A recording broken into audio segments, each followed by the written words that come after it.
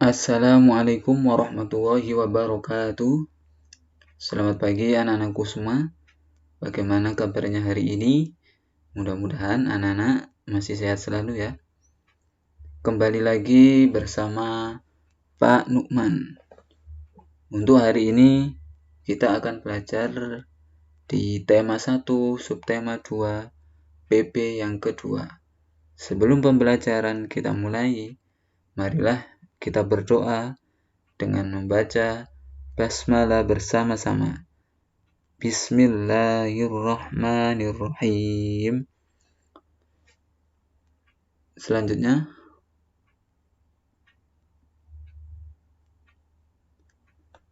anak-anak, sebelumnya pada pembelajaran yang sebelum-sebelumnya, kita sudah banyak belajar tentang indahnya keberagaman bangsa Indonesia, keberagaman budaya Indonesia, seperti agama, adat istiadat, pakaian, tari-tarian, alat musik, dan lain-lain. Sekarang, bagaimana cara menjalin kebersamaan dalam keberagaman tersebut? Mari kita gali lebih jauh. Sebelum kita berlanjut, di sini ada sebuah teks. Anak-anak bisa lihat di buku tematiknya pada halaman 86. Anak-anak bisa membaca teks tersebut tentang tong sampah gotong royong. Anak-anak baca sampai selesai, kemudian berdiskusi bisa dengan teman-teman atau dengan orang tua di rumah terkait dengan keberagaman, kerjasama, dan manfaat kerjasama. Isilah di kolom-kolom atau di grafik yang sudah ada. Kemudian, hari ini kita akan belajar tentang kerjasama dalam keragaman. Apa itu kerjasama, anak-anak? Siapa yang tahu? Kerjasama adalah kegiatan atau usaha yang dilakukan oleh beberapa orang untuk mencapai suatu tujuan tertentu yang telah disepakati bersama. Itu adalah kerjasama. Kemudian apa saja sih manfaat dari kerjasama itu? Coba kita lihat. Manfaat dari kerjasama. 1. Meringankan pekerjaan. 2. Pekerjaan menjadi cepat selesai. Yang ketiga, meningkatkan rasa persatuan dan kesatuan. Dan yang keempat, memupuk rasa tolong-menolong. Jadi, dengan kita bekerja sama, maka pekerjaan-pekerjaan atau tugas-tugas yang biasanya lama kita selesaikan, maka dengan kerjasama akan cepat selesai dan akan meringankan beban kita. Kemudian, selanjutnya, kerjasama anak-anak dapat dilakukan di mana saja, asalkan untuk kebaikan. Tidak boleh kita bekerja sama untuk kejahatan, tidak boleh. Contohnya di sekolahan, di rumah, dan di masyarakat atau lingkungan rumah kita.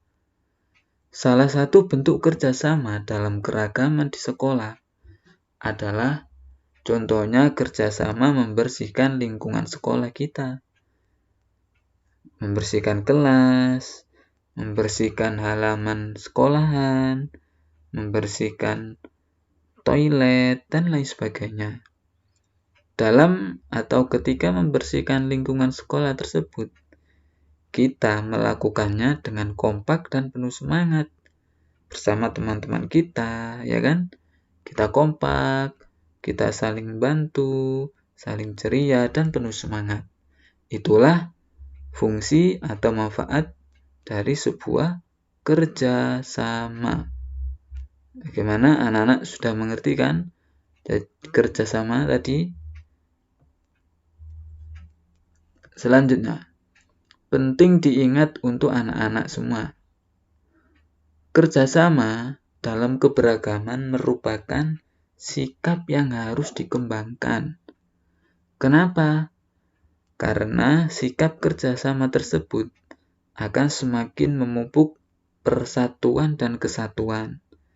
Jika setiap diri kita bekerja sama dengan baik, maka kebersamaan dalam keberagaman akan terus terjaga.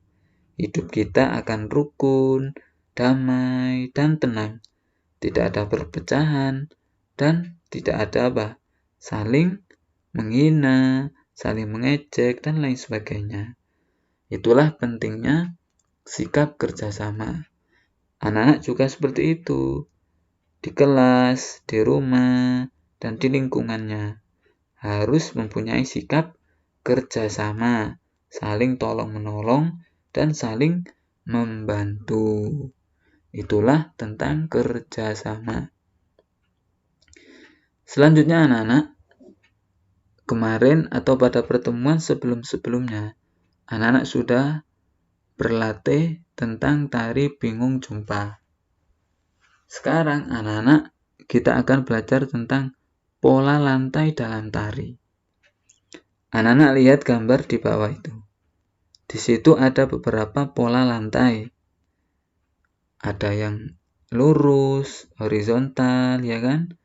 Ada yang seperti segitiga, ada yang lingkaran, ada yang depan, belakang. Nah, itulah yang dimaksud dengan pola lantai. Apa sih pola lantai itu, anak-anak? Coba kita lihat. Pola lantai ya, setiap tarian yang akan dipentaskan pasti menggunakan pola lantai tertentu. Pola lantai adalah formasi yang dilakukan penari dengan perpindahan, pergerakan, atau pergeseran posisi saat menari. Jadi pola lantai itu formasi ya anak-anak. Pola lantai terdiri dari beberapa formasi atau gerakan, diantaranya ada yang lurus vertikal dan horizontal, ada yang lingkaran, ada yang berseling, dan lain-lain. Itulah yang dimaksud dengan pola lantai. Jadi anak-anak tahu ya, pola lantai itu formasi atau gerakan. Ada yang lurus, ada yang lingkaran, ada yang depan belakang, berseling, dan lain-lain, seperti contoh gambar yang di bawah itu. Selanjutnya, apa sih fungsinya pola lantai dalam sebuah tarian? Kenapa harus ada pola lantai dan lain sebagainya? Di sini ada 3 fungsi pola lantai dalam tari. 1, menciptakan kekompakan antar penari. Jadi dengan pola lantai ini, kita menari itu bisa kompak, tidak campur aduk dan lain sebagainya.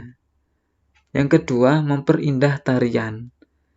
Jadi dengan pola lantai ini, tarian-tarian yang ditampilkan akan terasa indah dilihat dan dinikmati. Kalau tanpa pola lantai, tidak beraturan, maka kurang indah. Yang ketiga, fungsi dari pola lantai dalam tari adalah membentuk komposisi dalam pertunjukan. Itulah fungsi dari pola lantai dalam tarian. Selanjutnya anak-anak bisa melaksanakan atau berlatih bersama dengan orang tua kalian, ya kan? Berlatih tarian bungong jumpa dengan orang tua kalian. Kemudian mintalah pendapat mereka mengenai gerakanmu. Pada pertemuan yang lalu, Pak Nukman sudah memberikan contoh-contoh tarian bungong jumpa. Anak-anak sekarang di rumah bisa berlatih dengan menggunakan pola-pola lantai yang tadi Pak Numan sebutkan. Anak-anak, demikianlah untuk pertemuan pada hari ini tentang kerjasama dan pola lantai. Mudah-mudahan apa yang disampaikan Pak Numan bisa menjadi ilmu yang bermanfaat dan bisa dipahami. Sekian, terima kasih. Wassalamualaikum warahmatullahi wabarakatuh.